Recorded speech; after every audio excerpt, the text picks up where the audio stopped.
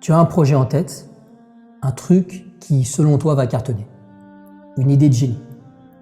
Et évidemment, tu as envie d'en parler autour de toi. Ça te brûle les lèvres et c'est normal de vouloir partager des choses qui te motivent. D'ailleurs, c'est un peu à la mode sur Internet.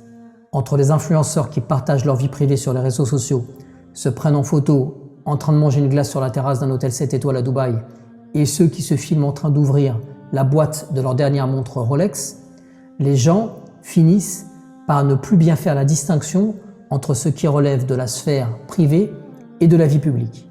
Et puis, beaucoup de youtubeurs, entrepreneurs, te diront que partager avec les autres tes futurs projets va te forcer à passer à l'action, comme ils disent.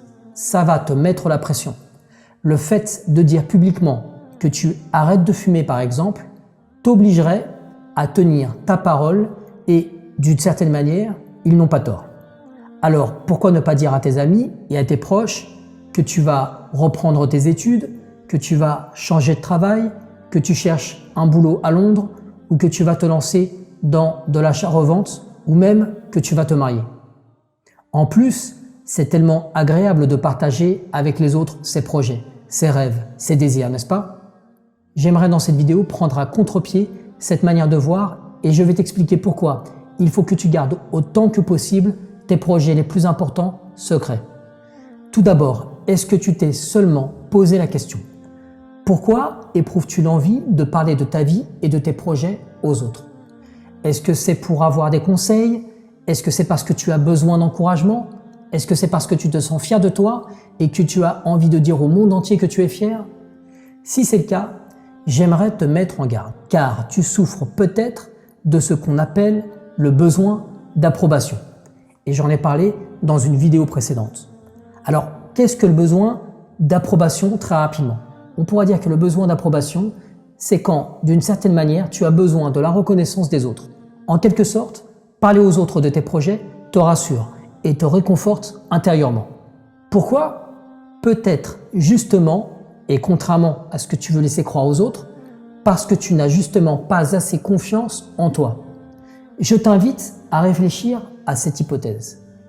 Ce problème de demande d'approbation, qui prend la forme innocente de demande de conseil, de partage aux autres, est fréquent chez les personnes qui ont eu des parents un peu trop autoritaires et qui, enfants ou adolescents, ne pouvaient pas faire des choix par eux-mêmes en matière d'études, de loisirs ou d'opinion. D'une certaine manière, l'un de leurs parents, ou les deux, les ont maintenus trop longtemps dans une position infantile de dépendance. L'enfant ou l'adolescent savait que s'il faisait des choix qui n'allaient pas dans le sens des croyances ou des désirs de ses parents ou de l'un de ses parents, eh bien cela finirait forcément par un conflit, des disputes, voire une punition. Du coup, ce jeune prend l'habitude de ne jamais contredire son parent autoritaire et de faire coïncider ses projets pour que ces derniers satisfassent celui de l'adulte. Et puis, avec les années de conditionnement, des schémas se construisent peu à peu dans ton esprit et tu finis par penser que tu as besoin de la vie et de l'approbation des autres. Que si les autres pensent que ton projet est nul, c'est peut-être parce qu'il est nul. D'une certaine manière, tu souffres aujourd'hui encore d'un manque d'autonomie sur le plan psychologique. Tu doutes toujours de tes idées, de tes plans et tu as peur de mal faire. Tu as peur de te tromper. Tu n'as pas confiance en ton propre jugement. Mais comme tu ne veux pas te l'avouer, eh bien, tu dissimules ce manque de confiance derrière l'habitude de toujours demander leur avis aux autres et de toujours parler aux autres de tes projets parce que, au fond de toi, tu veux être sûr d'être dans la bonne voie. Et quand une personne te félicite, cela flatte ton ego et apaise tes angoisses. A contrario, lorsque ton proche ou quelqu'un de ta famille critique ton projet, eh bien, tu perds ta motivation et tu commences à penser qu'effectivement, ton projet ne vaut pas le coup. Cette raison seule pourrait suffire à te convaincre de cesser de parler aux autres de tes projets. Mais j'ai d'autres arguments en réserve qui vont venir enfoncer le clou. La deuxième raison qui pourrait expliquer pourquoi tu éprouves ce besoin de sans cesse partager avec les autres tes projets, c'est la fierté. Certains projets donnent effectivement envie d'en parler aux autres, car ils sont valorisants. Quand tu en parles, tu es passionné et tu éprouves un sentiment de fierté et de reconnaissance. Attention, je ne te parle pas d'orgueil. Pour information, l'orgueil, c'est le fait de se sentir meilleur que les autres. Ce n'est sans doute pas ton cas. Là, nous sommes plutôt face à un besoin d'être reconnu. Un peu comme un enfant de 12 ans qui vient voir son papa ou sa maman pour lui dire fièrement « Tu as vu, j'ai eu 20 sur 20 en mathématiques » ou « Tu as vu mon beau dessin ?» Beaucoup d'adultes sont encore prisonniers de ce schéma de dépendance, qui est en fait un schéma infantile. Ils sont fiers de parler de leur projet et ils attendent des autres d'être reconnus, respectés, félicités. Tu es fier de ton idée, tu es fier de ton projet et du coup tu as besoin d'en parler aux autres et tu apprécies qu'on te complimente. Cela te permet de te sentir reconnu, mais aussi cela te rassure quant à la validité de ton projet. Mais réfléchissons. Dès lors que ton projet de création d'entreprise, de business en ligne, d'investissement immobilier ou je ne sais quoi d'autre t'appartient, vient de toi, eh bien tu ne devrais pas avoir besoin d'en parler aux autres pour être fier et pour te sentir bien dans ta peau. En réalité, que t'importe la vie des autres, leur opinion, leurs félicitations, puisque tu fais cela pour toi et pour toi seul. Encore une fois, si tu es dans ce cas, ne tombe pas dans ce piège et retiens ta langue. Apprends à faire les choses pour toi et pour toi seul. Parlons un peu des autres, si tu veux bien. Sache que nous avons tous nos petites failles psychologiques et que nous avons tous nos croyances négatives et nos pensées automatiques selon l'expression du psychologue Aaron Beck. Comme tu ne sais pas ce qu'il y a dans la tête de ton entourage, de tes amis ou de ta famille, comment peux-tu être sûr que le retour que la personne va te faire correspond bien à un avis neutre et objectif et non pas à une distorsion de la réalité due à de mauvaises croyances ou à des préjugés? La plupart du temps, non seulement les personnes que nous interrogeons pour leur demander leur avis ne sont pas plus compétentes que nous, mais bien souvent, elles le sont moins encore. Tout simplement parce qu'elles ne sont pas confrontées aux mêmes problèmes, parce qu'elles n'ont pas de projet identique en cours et parce qu'elles n'ont pas fait les recherches que toi tu as fait. Bien souvent, ces personnes risquent donc soit de te donner des informations qui sont fausses, soit de te donner des informations qui ne sont pas actualisées et qui reposent sur une expérience vécue par exemple il y a 10 ans ou alors sur des oui-dire. Et au pire, ces personnes vont te transmettre leurs peurs, leurs blocages et leurs fausses croyances. Au final, tu risques de finir plus démotivé que tu ne l'étais avant de les avoir consultés. Alors encore une fois, ce problème est extrêmement fréquent. Toi, tu te demandes peut-être pourquoi certains de tes amis ne te parlent jamais de leur projet. Et peut-être même te sens-tu vexé de cela. Mais le fait est que ces amis qui ne partagent pas avec les autres leur projet n'ont sans doute tout simplement pas besoin d'approbation. Ils ont une image d'eux-mêmes suffisamment bonne pour ne pas avoir besoin d'en parler aux autres, pour ne pas avoir besoin d'être encouragés par les autres, pour ne pas avoir besoin des avis des autres. Alors je te donne un conseil précieux. Apprends à croire en toi. Apprends à croire en toi. 2 types de personnes peuvent t'aider à enrichir tes projets et en général, ce ne sont pas tes amis ou ta famille. Le premier type de personne avec qui tu peux partager ton rêve ou ton nouvel objectif est bien entendu ton conjoint, qui, lui, te connaît dans l'intimité et qui va forcément être directement impacté par ton changement et par ton projet de vie. Sauf, évidemment, si tes relations avec celui-ci ou celle-ci sont tendues et que vous êtes au bord de la rupture. Un autre type de personne qui peut t'apporter de vrais feedbacks intéressants, eh bien, ce sont les personnes qui ont exactement le même projet que toi et qui ont réussi là où tu voudrais réussir. Mais à 2 conditions. Tout d'abord, que cette personne ne soit pas un concurrent potentiel, car dans ce cas, les informations que tu vas recevoir pourraient ne pas être aussi neutres que tu le souhaiterais. La deuxième condition, c'est que la personne soit encore dans le milieu. Tu as besoin d'informations mises à jour et non pas d'informations qui sont périmées. Enfin, il me reste à te parler d'un autre aspect qui est généralement très peu abordé dans les vidéos parce que c'est un facteur beaucoup plus difficile à évaluer. C'est la jalousie. Nous avons du mal à admettre que la jalousie est une réalité. Nous ne voulons pas admettre que nos proches, nos amis et parfois même notre famille puissent éprouver de la jalousie pour nous.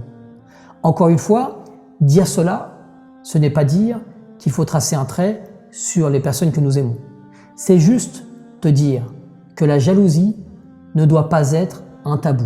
C'est un sentiment, tout ce qu'il y a de plus naturel chez l'homme, avec un grand H. Nous ne voulons peut-être pas l'admettre, mais la jalousie est aussi réelle que l'amour, que la haine ou que la colère. Mais comme c'est un sentiment négatif, nous le cachons honteusement. Mais le fait de ne pas en parler ne rend pas celui-ci moins réel.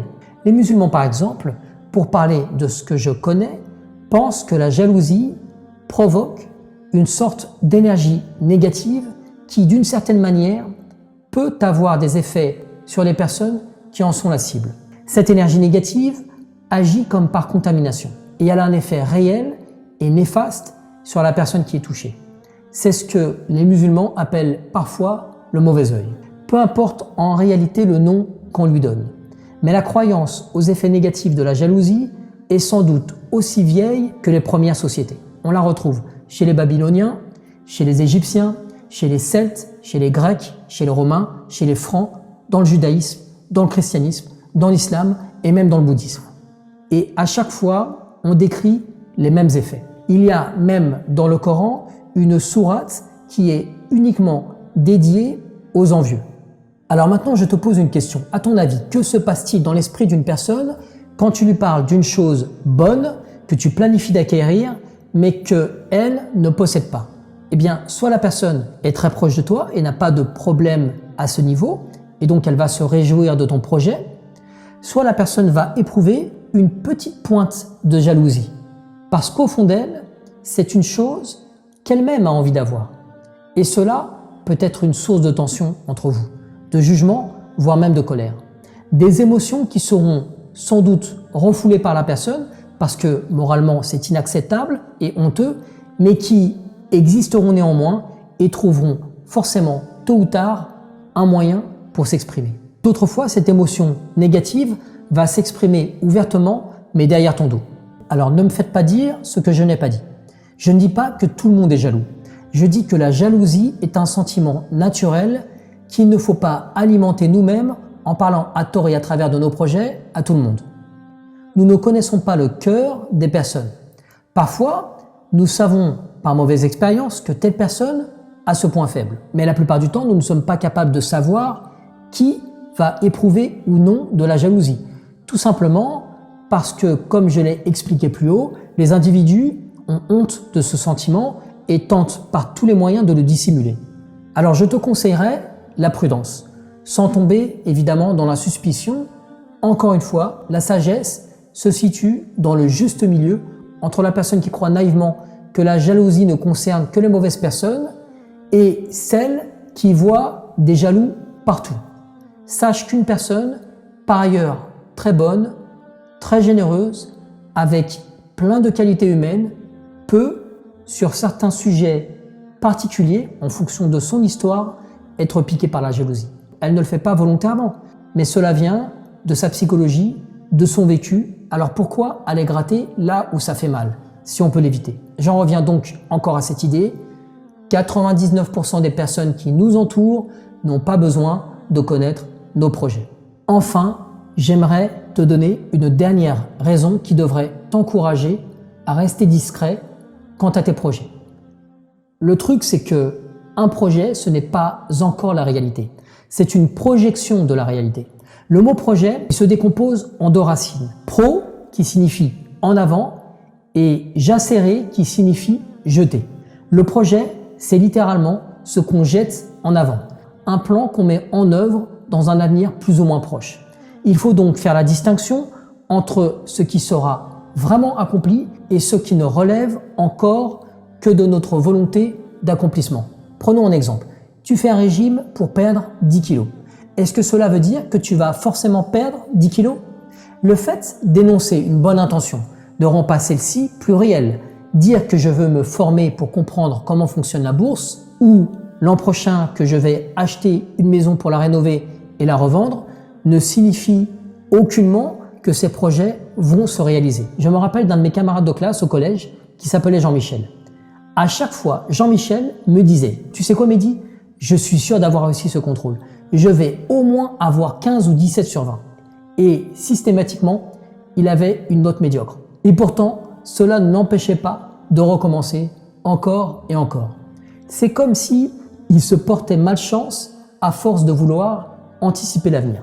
Et j'ai observé le même phénomène dans ma vie. Alors évidemment, cela n'a rien de scientifique. Mais à chaque fois que je fais une prédiction et que j'affirme avec certitude qu'une chose va se passer d'une certaine manière, eh bien cette chose ne se réalise pas. En réalité, quand on y réfléchit, il n'y a rien d'étrange à cela, car nous avons tendance à penser que nous contrôlons nos actions et les conséquences de nos actions. Mais c'est un biais cognitif qui s'appelle le biais d'attention. C'est une distorsion, encore une fois, de la réalité qui nous pousse à nous focaliser sur les éléments qui nous sont le plus favorables et à négliger ceux qui sont en notre défaveur. Donc, Jean-Michel, par exemple, se focalisait sur les bonnes réponses qu'il avait eues et puis minimisait ou alors ne voyait pas les erreurs ou les omissions qu'il avait pu faire. On peut donc considérer ce problème selon deux approches. La première est plutôt scientifique, l'autre est plutôt spirituelle et religieuse. D'un point de vue purement matérialiste, plus votre projet est complexe, plus il sera difficile d'évaluer tous les facteurs en jeu. Le chef de projet va en général intégrer dans son planning cette part d'aléa. Car s'il est relativement simple de prévoir que demain, vous irez chercher du pain à la boulangerie, il est déjà plus difficile de prévoir que vous serez à la boulangerie à exactement 7h52. Et il serait encore plus hasardeux de prévoir cette action si la boulangerie se trouve à 50 km de chez vous. Ce que certains appellent le chaos ou le hasard est en réalité une incapacité de la part de l'être humain de prévoir une infinité de micro-événements qui forment une chaîne et qui, lorsqu'ils sont mis bout à bout, aboutissent à un résultat que nous jugeons favorable ou défavorable. Le fait est que l'univers est en mouvement constant et que nous n'avons aucun contrôle sur lui.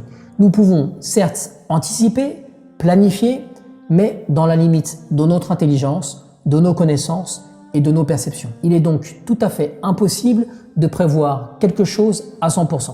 Donc, il ne suffit pas de planifier, il ne suffit pas de travailler dur, il ne suffit pas d'être motivé pour réussir. Des tas d'autres facteurs peuvent entrer en jeu. Est-ce que parler du futur comme d'une chose acquise ne relèverait pas d'une certaine forme d'orgueil, d'une sorte d'égocentrisme?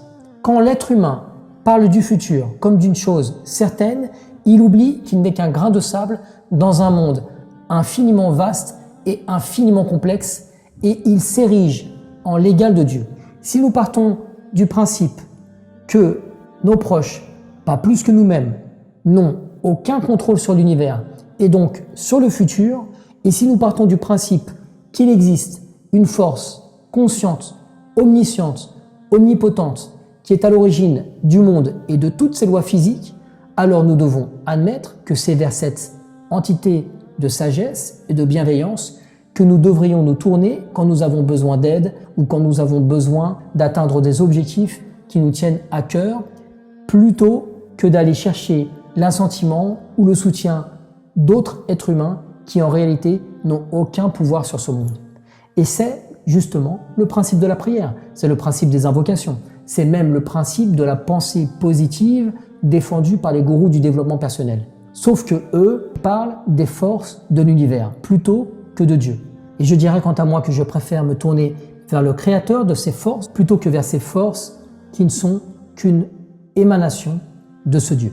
Alors, que devrais-tu faire selon moi? Eh bien, que tu sois croyant ou non, je te conseille de suivre ce proverbe anglo-saxon qui résume parfaitement ma vidéo.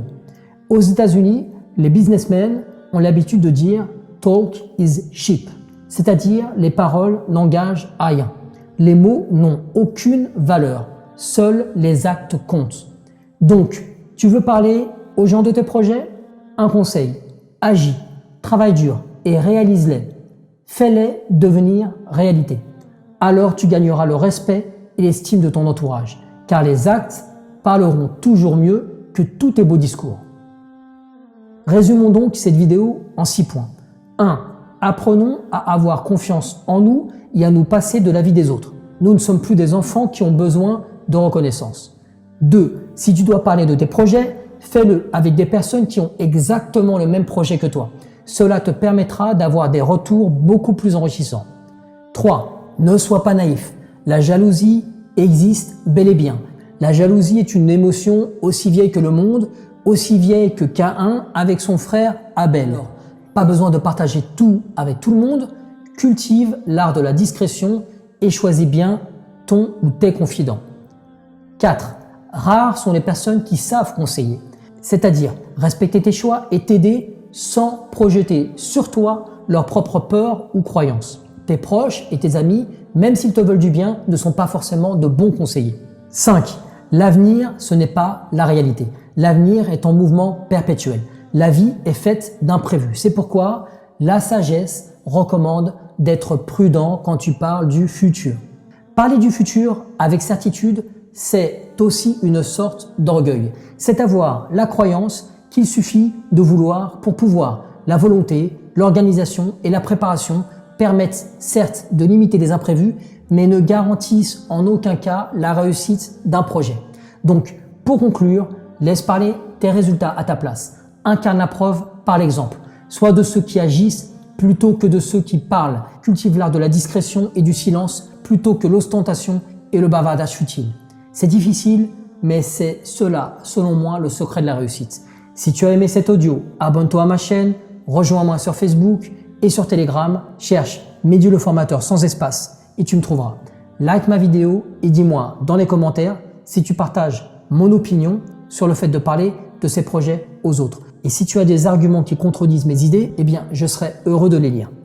À dans quelques jours pour ma prochaine vidéo et comme je dis toujours, que la paix soit sur toi.